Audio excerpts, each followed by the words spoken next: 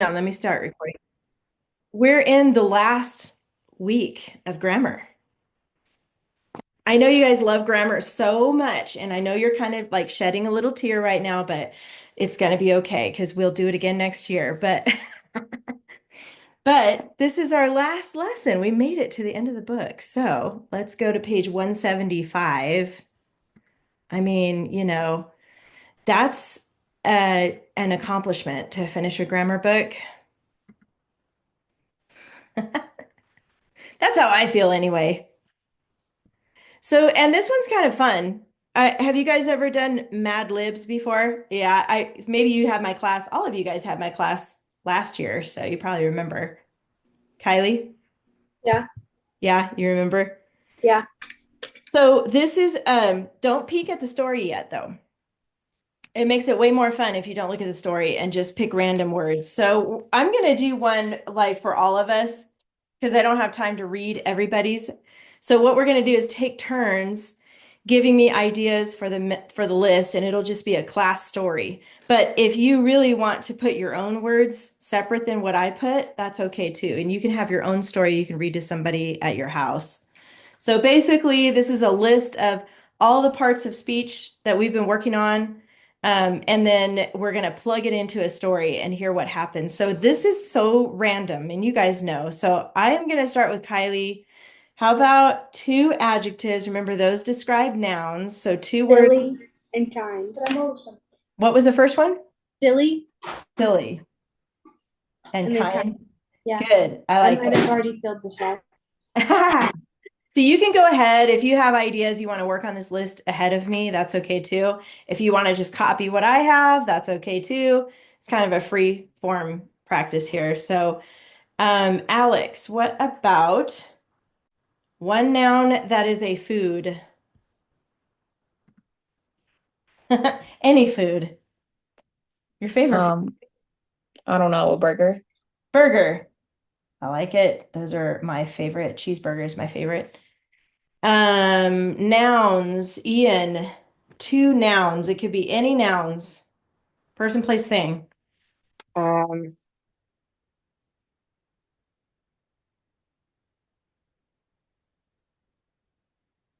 Zoom class.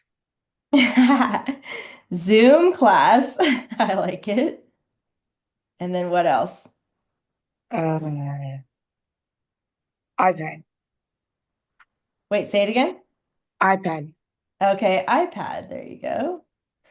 And then an adverb, Matt, that's going to be like an ly, something ly, Uh, how something is done. Like think of a verb and then how the verb is happening, something ly. amazingly. Okay, amazingly. There we go. And hi, Aubrey. I see you came in. Good morning. We're on page 175 on the last lesson. Okay, Jude, what about another food? I need another food here. Pizza. Ah, pizza, classic. How about a speaking verb, Kylie? So how you would say something? Um, Shouted. Shouted. Perfect. We're shouting for pizza. Yay. And then two adjectives, Alex. Think of your five senses. Um, uh,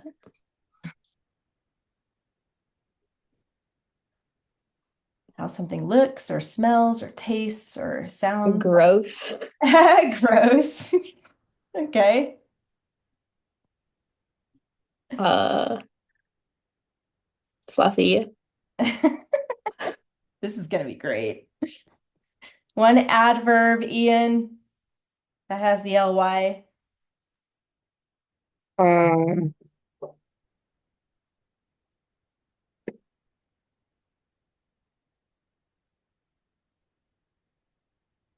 And uh, you guys can think ahead too. You can go ahead of me. That way it can go a little faster. So like how something is done, like somethingly.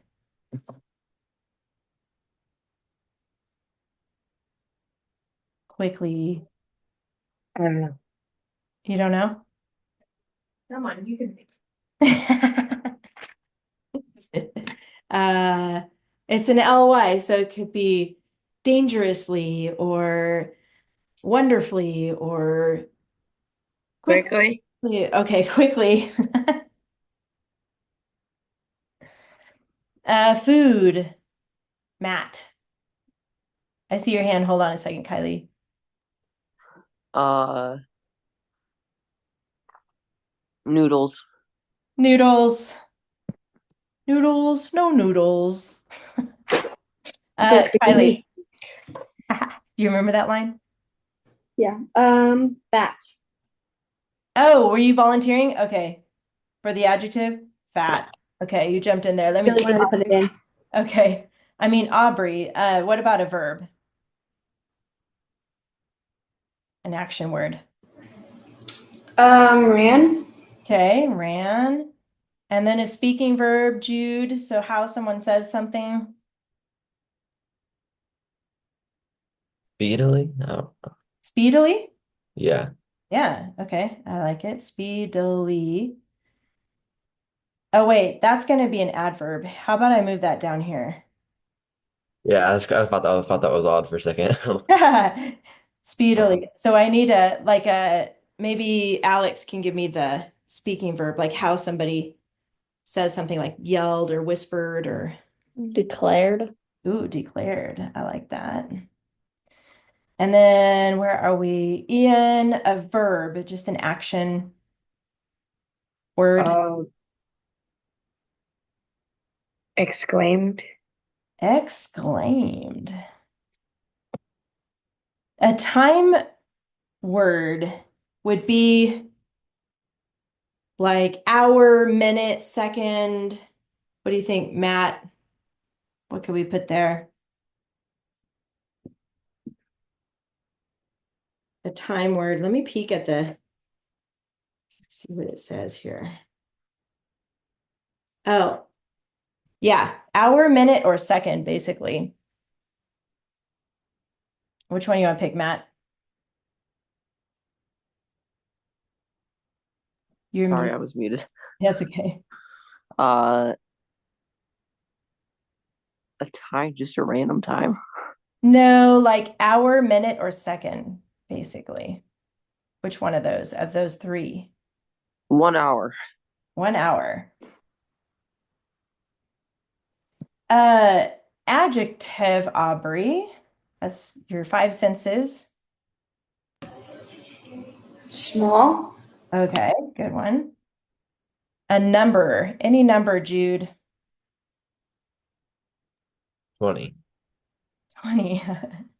Adverb, Kylie, this is ly.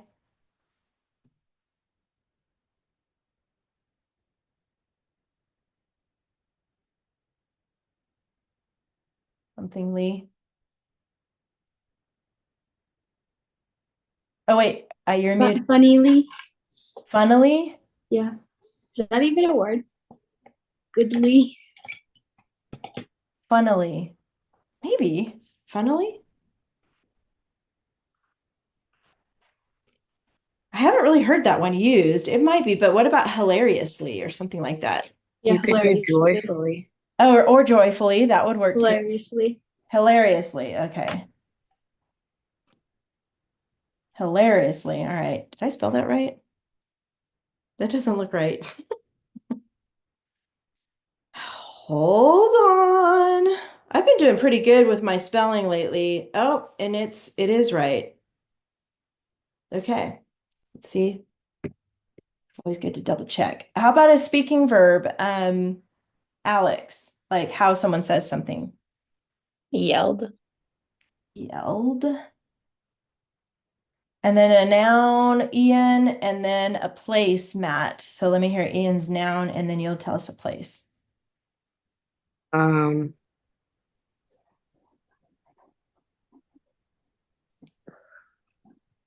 Computer. Computer. And then Tehachapi. Tehachapi. My hometown. Woohoo. All right. Now, hopefully you had a chance to write down some for yours. You're going to go to page 181. And here's how we're going to do this. I'm going to just read it with all your ideas that you gave me. Okay. It's called The Jackal by Mrs. Cisneros' year 2 level B class on Tuesday at 9 o'clock. The jackal Tabak was a silly creature. The wolves hated him because he made mischief, told kind lies, and ate burgers and pieces of Zoom class from the garbage. Hey, sometimes he ran through the jungle biting iPads in his way. One day, Tabak amazingly sniffed around the wolf's cave, hoping to be invited in for some pizza. He shouted to Father Wolf, "May gross luck go with you." Uh-oh, that's not a good wish. Oh, fluffy chief of the wolves, may you always remember those who are quickly hungry. Father Wolf recognized false flattery. Look inside, but there is no food. Perhaps no noodles for a wolf, but a fat person like myself can feast on little. Tabak ran into the cave, which was where he found a bone. Now, Tabak knew that the wolves disliked Shere Khan. Meanly, he declared, "The great tiger has speedily moved his hunting grounds. He plans to exclaim in this area for the next 1 hour." He told me so. Father Wolf became small and enraged.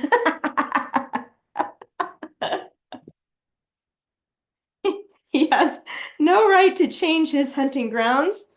We will frighten all the game within 20 miles. Tabak hilariously ignored Father Wolf's anger. "Shall I tell him how grateful you are?" he yelled, and then slunk away. A few days later, Shere Khan hunted in that area. It was a human being he was after, not a computer.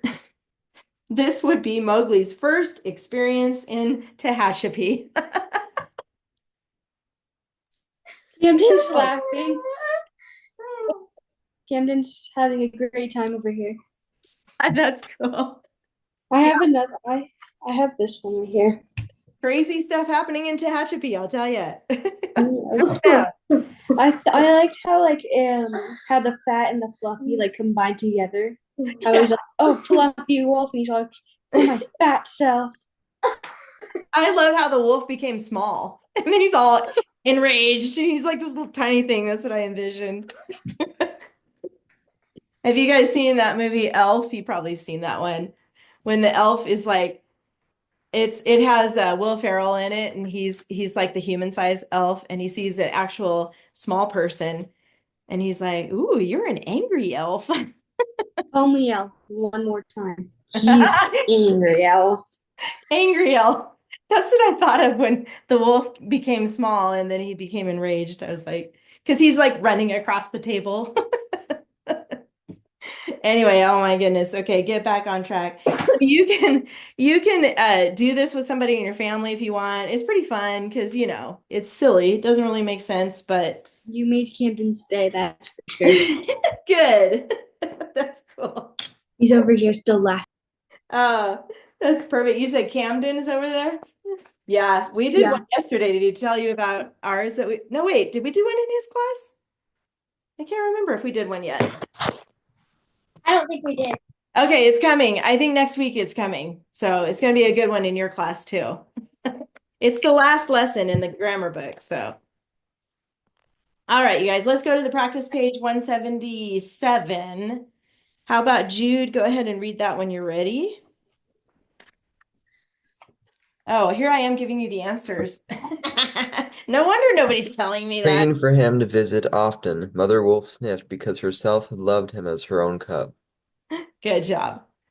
I don't know if anybody noticed I have the answers on there. I Pleading saw nothing. is okay, thank you. Pleading means to ask in a serious and emotional way, like, please, can we please have a miniature Highland cow? Please, please, please, I'll do anything. Okay. We're just gonna get right into prepositional phrases. Does anybody see those? You see them, Kylie? You're next on the, there's two in here. Yes. Okay, what do you see? To take his place? So they're gonna try to trick you. Oh, wait. Oh no, among men. Wait, what page are you on? Am I on? Oh, I'm on page 80. Just kidding. Okay. I was like, whoa, wait I a was second. very confused. Wait a minute. Okay, I'm on the right page now. Just kidding. You got this. You got this. For him There you go. For him. and to visit. Not to visit because that's going to be an infinitive because visit's a verb normally, but we're not going to count that as a preposition. Often. This one's a tough one, actually. The next one. Because. No, has to have that's an an adverb. As her. Yes, as her own cub. So as is one of those words that's two things. It can be an adverb clause or a prepositional phrase. We don't see it very often like this, but this is a prepositional phrase because there's no verb after that. That's how we know. So, okay, good job. And then we got some clauses, but I'm going to have you find the verbs and subjects next. So, Alex, what about the verbs? And then Ian, you can tell us the subjects. Visit. To visit, remember, we're not counting that because it's got to next to it. That always throws us off, but that's an infinitive, to visit. So we're not marking that as a verb. Sniffled. Sniffled, yes. And loved. Loved. And then there's a helping verb. Had. Good. That's it for the verbs. So Ian, we have two subjects in these sentences here, or these.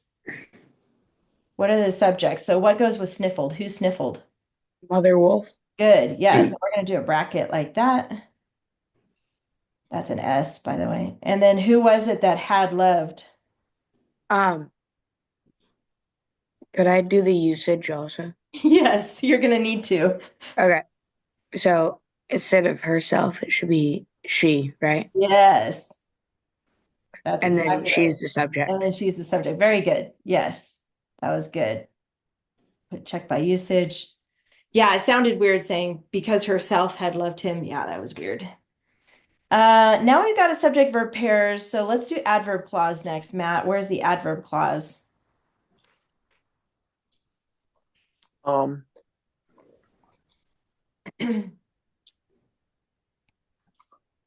Mother Wolf sniffled. No, Because- well, that's the main clause, but we're looking for adverb clause.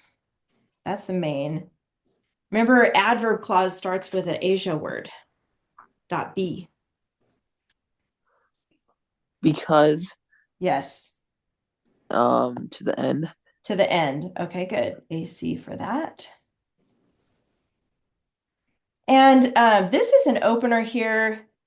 It's well, let me see if you know what it is, Aubrey. What kind of an opener is that? An ing opener? Yes. Do you remember what number that is? 4. Good.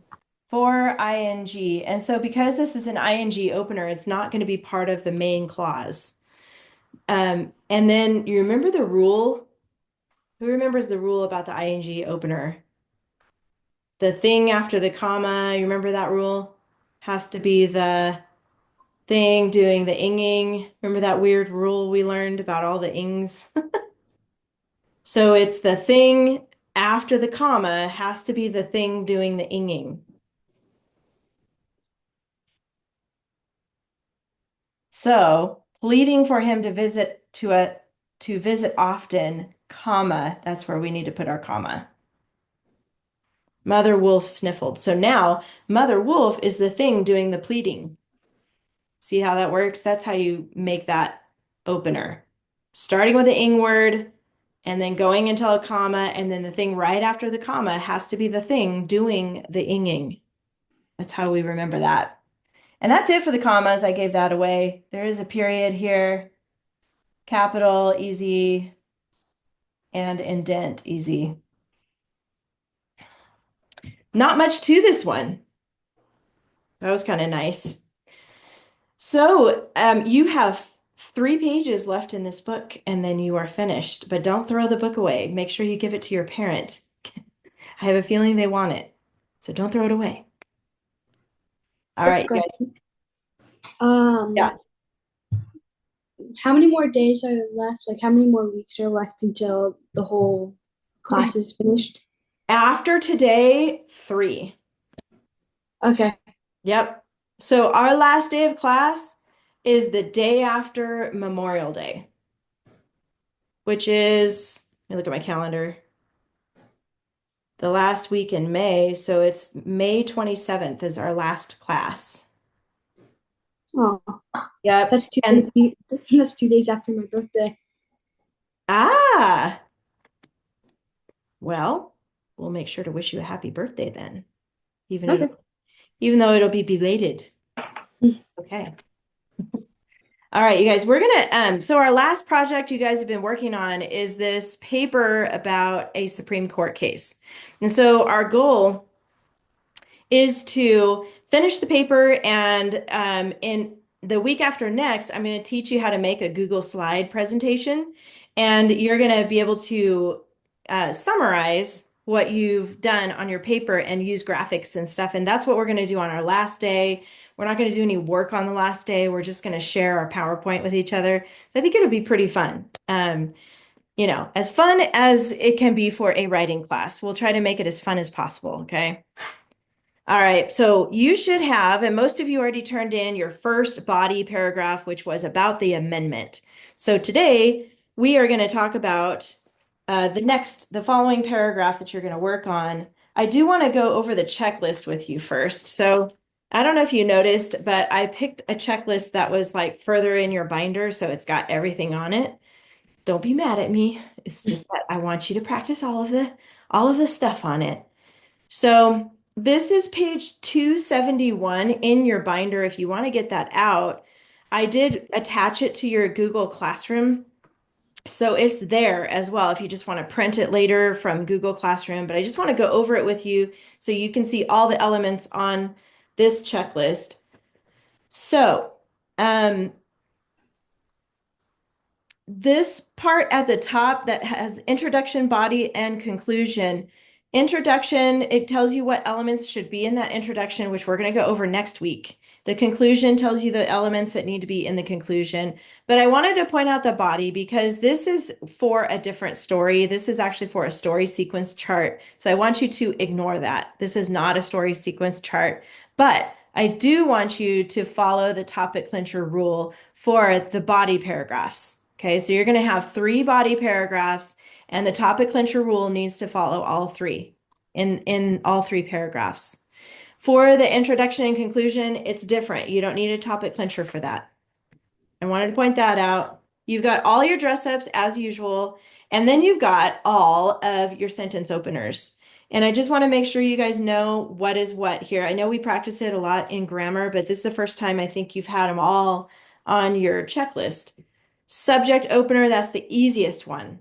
So if you're saying like the Second Amendment is important in the case, blah, blah, blah, blah. Even though you start the sentence with the, Second Amendment is the subject of the sentence because that's what you're explaining. So that would be an example of a number 1 subject opener. And you can even have an adjective or something before the noun, the subject part of the sentence. So it doesn't always mean it's the very, very, very first word. Does that make sense to you guys? It just means that the first important word mentioned in the sentence is going to be the subject, which usually is a noun. Prepositional, you guys have been doing that for a while. ly, you've been doing that for a while. Ing, we'd practice that in our grammar today. It starts with an ing, which is called a participle, and it's going to look like a verb. So it's going to be something with ing ending in it, but it's not functioning as a verb in the sentence. It's functioning as a participle, and it's telling ahead of time what someone is doing before you get the subject of the thing doing the inging. So the rule says the thing after the comma is the thing doing the inging. And it could be a person or a thing. It can be any noun after that. Okay, so keep that in mind. If you need to refer back to your grammar book, it explains more in there. Go back to the lesson that talks about the ing opener. I showed you how to find that. And then the clausal opener, that one's easy. And then VSS, I think you guys have been using this, right? VSS, who remembers what that is? Kylie?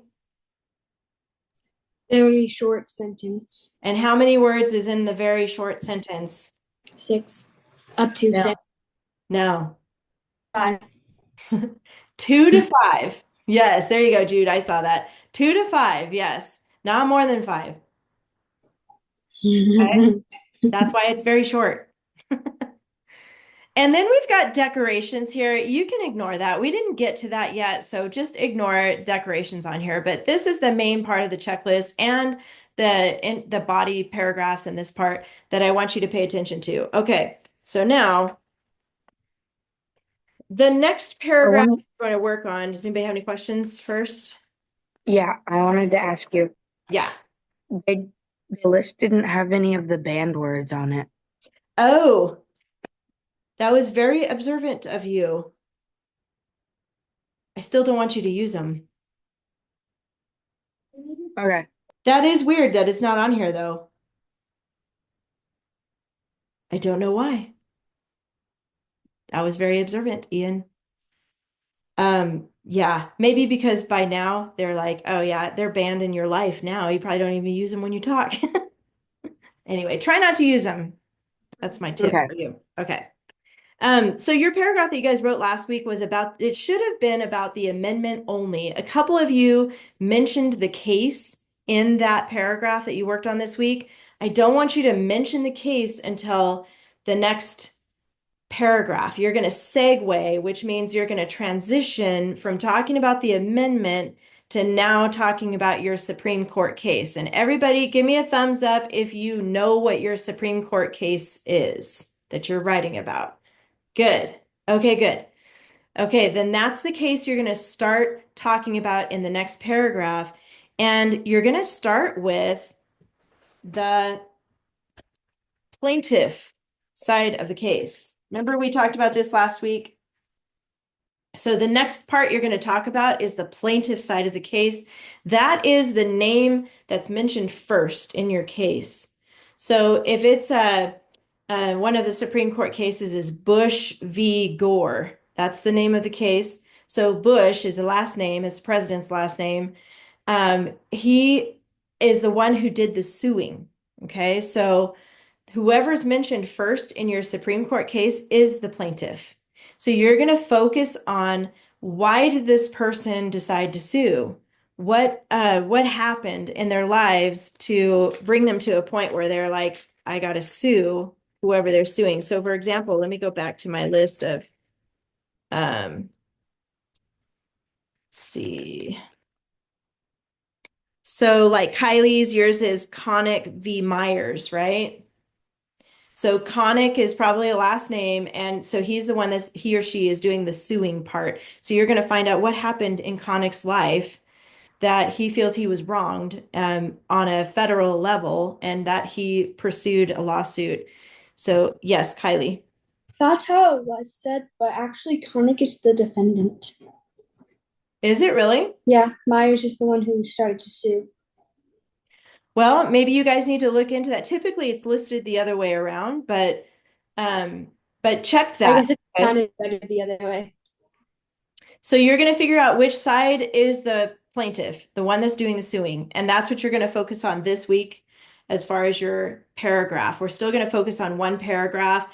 Next week, And just for you guys, just so you know, I am taking out one of these paragraphs. We're going to combine these two together. So it's going to ultimately be 5 paragraphs altogether because we're running out of time. So this will be paragraph 4. Whoops.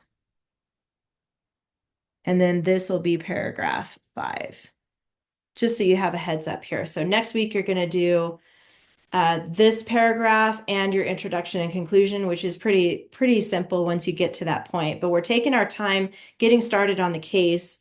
So the way you're going to do it is use that document that I attached in Google Classroom. If you can on your device right now, I want you to minimize Zoom and go to your Google Classroom if you can, and I'll share my screen so you can see what I'm looking at. Back in homework due 4/28. So let me go into one of your homework due 4/28. I'll go into, how about Jude's, Jude, do you mind if I pull up your list of websites that you put on here? I'm trying to multitask here. You're good, yeah.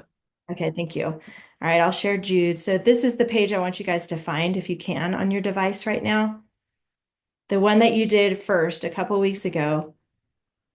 And remember how we had 3 choices and then we ended up choosing one. So like for Jude, you chose Oregon versus Mitchell, Oregon v. Mitchell. And maybe it's not on this list actually, huh? Oh, here it is, the first one. So this is where I want you to go because you can actually access the information you need for this next paragraph on this page. So like he has Oregon v. Mitchell Oyez. That is one website that is safe to search. So if you click on that on your doc, it's going to open up a link right here. And then I just click on that and it takes me to that site. That's why I had you guys do that research part first. And hopefully your links are good that have good information on them. If you need more information, it's okay to keep searching and find a different website that has better information on it that you need. But do not use AI. Do not use Chat GPT. Do not use Wikipedia. You guys know that already. The only time that you can use AI is when you're doing an initial Google search, and it's only if your parents are okay with that. You got to check with them because I know AI is controversial right now. So some families don't even want to touch it. So if your parents are like, don't even go there, then don't. Okay. But if they're okay with it, you can use AI to find other sites, but do not use it as a source. Do not use the information you see on AI in your paper, okay? But you can use it to find other sources. Yes, Kylie. My mom has proof that Wikipedia is like not a safe site. She was telling me the story and she's all like, they searched Queen Elizabeth or whatever, and her friend took the picture of Queen Elizabeth and made it himself. It took 16 hours before the guy finally changed it. Oh my goodness. Yeah. That's the thing, and especially with AI now, you can mess with pictures and videos and music. I mean, it's hard to tell what's real anymore. So, yeah, be careful with that stuff. Go, talk to your parents about that. They know what's best for you, okay? But I'm just warning you as your teacher that it gets a little crazy with AI. So, and you can still find other sources and your parent can help you with that. But here's an example of this. Oh, yes. Is there anybody in here that is not able to open up another tab during Zoom? Is there anybody that can't do that right now? I'm using a computer though, so a different one. Oh, okay, cool. So everybody's able to at least see another page. So, because I'm going to give you some time to work in class on your outline, you should start with, some of you did a paper outline for Roman numeral 2 and that, or yeah, 2. And that's okay. And you can move on to the next outline. And what you're going to do is set up Roman numeral 3, just like we did. And I'll show you this here. I'm just turning my notes over. So if you like to use line paper, you can go ahead and get out a clean sheet of lined paper. If you like to do your outline digitally, I'm okay with that if you want to go to your Google Doc and keep adding to your outline. But this is going to be Roman numeral 3. And we're going to go all the way to 10, and 9 and 10 are optional. Okay? They're optional. The reason is you got to have 6 openers. So you're going to need this amount of sentences in order to fit all of your dress ups and openers in. So that's why I'm shortening the amount of paragraphs, but I'm lengthening the amount of sentences. I think that's going to make it a little bit easier for you. So your Roman numeral 3 is going to be about the plaintiff side of the case. So in the margin, we can just put plaintiff. So that reminds you, okay, this is the one doing the suing.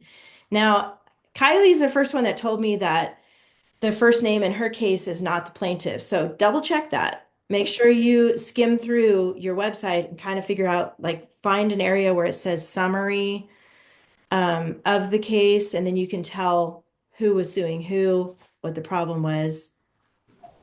Okay, and then explain what the case is. So I'm going to have explain case. These are just notes in the margin here. And then somewhere in here, you're going to mention how the amendment was used. Now, it might be more than one amendment that they used to defend in the case. So if there's more than one, you can mention all the amendments that were used. Usually it's either 1 or 2, not too many more than that. Okay, so any questions so far right here about what you're working on this week? Okay, good. If it's a burning question in the middle of the week and you're like, oh my gosh, I'm so lost. I don't know what to do. This website doesn't make sense. I don't know what's happening. If you have a really urgent question for me, make sure you tell your parent and have him or her text me, because I respond 100 times faster by my cell phone than I do on Google Classroom. So don't just put a note in Google Classroom if it's urgent. If it's not urgent, you have a random question, that's fine. You can stick it in there. But like for this one, for Jude's facts of the case, so it just says in 1970, Congress passed Voting Right Act amendments that lowered the voting age in state and federal elections from 21 to 18. So this is giving a little background of the amendment. Forbade the use of literacy tests at the polls, and forbade states from disqualifying voters in presidential and vice presidential elections based on state residency requirements. The states of Oregon, Arizona, Idaho, and Texas sued. Okay, so that is going to be represented by Oregon. They picked one of the states. So Oregon's doing the suing in your case, and argued that these amendments infringed on the rights the Constitution reserves for the states. So, and then Mitchell comes in somehow. Have you read about it yet, Jude, or not yet? Not sure. I've been so busy with everything, so That's all right. No worries. I was just asking because I don't know either. I don't know who Mitchell is, but in this part, these are all the judges up here in the Supreme Court. There's like a chief justice and different levels of judges that are part of the case. By the way, this is pretty cool. I just want to show you this. I think it's on here. Oh, if you use Oyas, check it out. They actually have a recording of the case. I'll just give you a sample of this. It's pretty cool. I have to share my sound though, so hang on. If you guys, it's long and you don't have to listen to the whole thing, but it might be kind of cool to, trying to multitask here. There we go. To listen to a little part of it. So let me just play a part so you can see what it sounds like or hear what it sounds like. In the first case on today's calendar, number 43, original. Fast forward a little. To its independent judgment, what is violative and what is not violative of the 14th Amendment. Reserved it only in one way, one direction. only response to that, Mr. Justice, would be that I can't see how you can reserve it one way and not go both ways. And I think the fact that that footnote is there.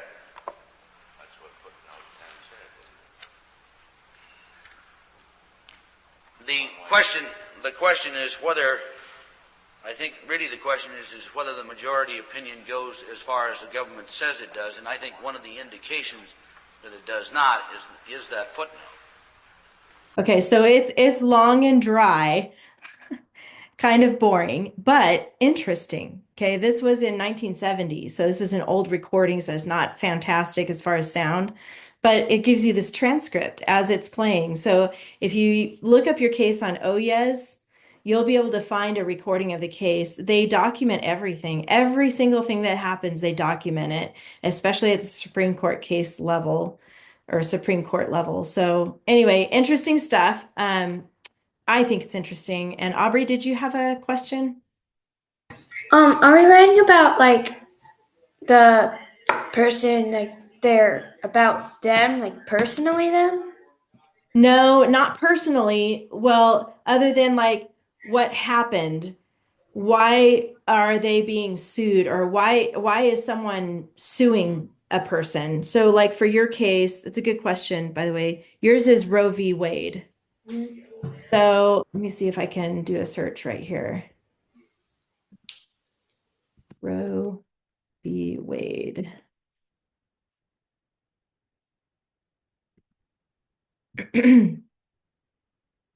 Okay, so in your case, here's the facts of the case right here. In 1970, again, same year, Jane Roe, a fictional name used in court documents to protect the plaintiff's identity. So right there, they're telling you that Roe is the plaintiff. So obviously, you're not going to be able to tell about that person personally because their identity was protected.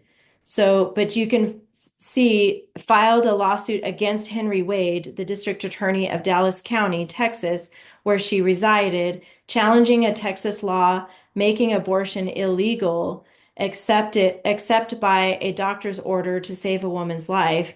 In her lawsuit, Roe alleged that the state laws were unconstitutionally vague and abridged her right of personal privacy protected by the First, Fourth, Fifth, Ninth, and 14th Amendments. So yours has a lot of amendments that apply to it. So it sounds like she's the one that wanted to terminate a pregnancy. Does the Constitution recognize a woman's right to terminate her pregnancy by abortion? So that's the question in the case. So and you can find out why, like what happened. Okay, we know she's pregnant.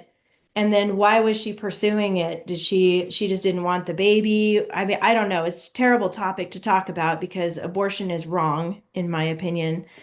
But that's what you would focus on in that paragraph is what happened. Did she try going to a doctor and the doctor denied her? And why did they deny her? And so what led her to sue Wade?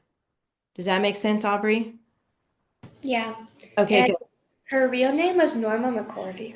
Oh, well, you can include that then. Yeah, that's kind of interesting. I guess she's probably, I don't know if she's still alive, but maybe she released her name after, I'm not sure why, but um, yeah, it would be interesting to include her name and what her story was. So why she didn't want to continue with her pregnancy and then what she tried. I imagine, I don't know the whole case, but I imagine she tried if she really wanted to terminate the pregnancy, going to different places and they denied her. So that's what I'm looking for. And you can also mention those amendments, and there's a bunch of them and how they each apply. What was that list again? Oh yeah, it was up here. So First, Fourth, Fifth, Ninth, and 14th Amendments, that's a lot to cover. And maybe a little bit about what each one, why she was saying it violates those amendments. Any other questions about your specific case? Because I want to help you guys know how to get started on this. Matt, Ian, you guys, and Alex, do you have any questions about your case or what you're going to write about this week? Okay. Make sure you write a full paragraph. I think I got it all down. You got it all down? Okay. And don't forget to use that checklist. That's super, super important. That's a big part of the assignment. Since we have a little bit of time, how about you guys go ahead and get started on your outline? What you're doing is gathering keywords because you don't want to copy too much. Oh, wait, there is something else I need to talk to you about. So I'm not going to give you time during class, actually. That'd probably be better that way because you can think better on your own. I want you to include a quote from one of your websites. So let's say, for instance, we use that oh yes again.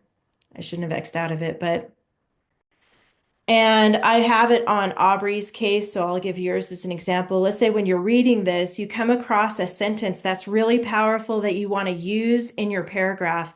You can actually use a direct quote, which means you can copy and paste it into your document, but you have to give reference to where it came from. Otherwise, it's plagiarism. I know we've talked about that before, and just a little recap on that. If you put somebody else's words word for word in your document and you don't give them a credit, it's the same as stealing. And that's how they look at it in college, especially, but even in some high schools. So it's definitely something you don't want to get in the habit of doing. You want to make sure to reference. So this is how you would do it. I'm going to pick a random sentence here. Let's see if I can find one real quick.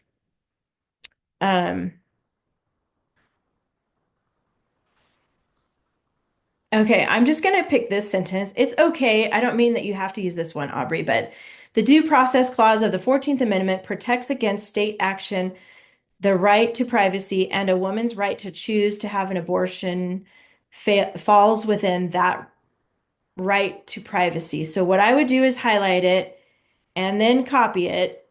And then I'm just going to open up a new doc here so you can see how you would reference it inside your paragraph, anywhere in your paragraph. So if I cut and paste, oops, okay. You're on a MacBook. I am, yep. It always gives me that. Okay, the first thing you're gonna do is put it in quotations because you're taking a quote. The other thing you wanna do is take off that period at the end of your sentence that you're quoting and put an end quote. And then in parentheses, you're going to put the website, just the name of the website where it came from. Oh, yes. Okay, that's it. It's pretty simple. And then the period after the parentheses. And I will make sure that's clear in your Google Classroom, but you need only one of these. Don't go and cut and paste and copy and paste everything because I'll be able to tell that you're plagiarizing by copying everything. Just pick one sentence. So in your search, as you're writing this paragraph about the plaintiff and you're introducing the case, then you can pick one sentence to use in the case. Also, since I've got you on this doc right here, your beginning sentence of your next paragraph should start with something like this. One example of how the First Amendment was applied is in the Supreme Court case Roe. I know I spelled that wrong. B. Wade.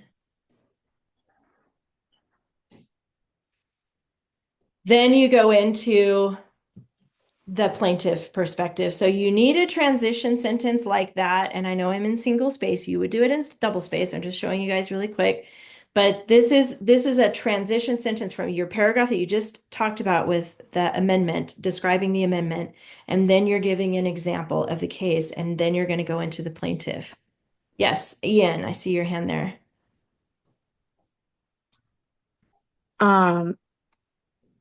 So does the quote count as one of the sentences for the 8 that you're requiring?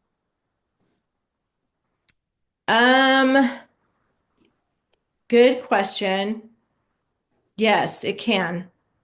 Okay, so we only have to a minimum of 7 sentences, including the quote. Yeah, I would be okay with that, but the tricky part is you got to fit in all 6 of your openers, and that really limits you. So you're probably going to need more sentences, but if you can figure it out and it flows, I'm okay with that. Does that make Okay. sense? Okay. Yeah. All right. Yeah. I don't want you guys to get it in your head to do the absolute minimum because you just want to make sure you got all the important stuff in there. So however many sentences that takes, at least 8 total.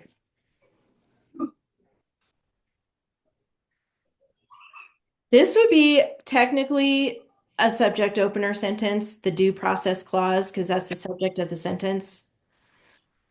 So you could technically, before the quote, put in a opener. When you do a direct quote, though, it's direct, so you don't want to change it up. You put it in quotation marks, and then you reference where it came from. And then you guys are going to do a bibliography at the end like you did before. So keep track of your websites that you're using. Okay.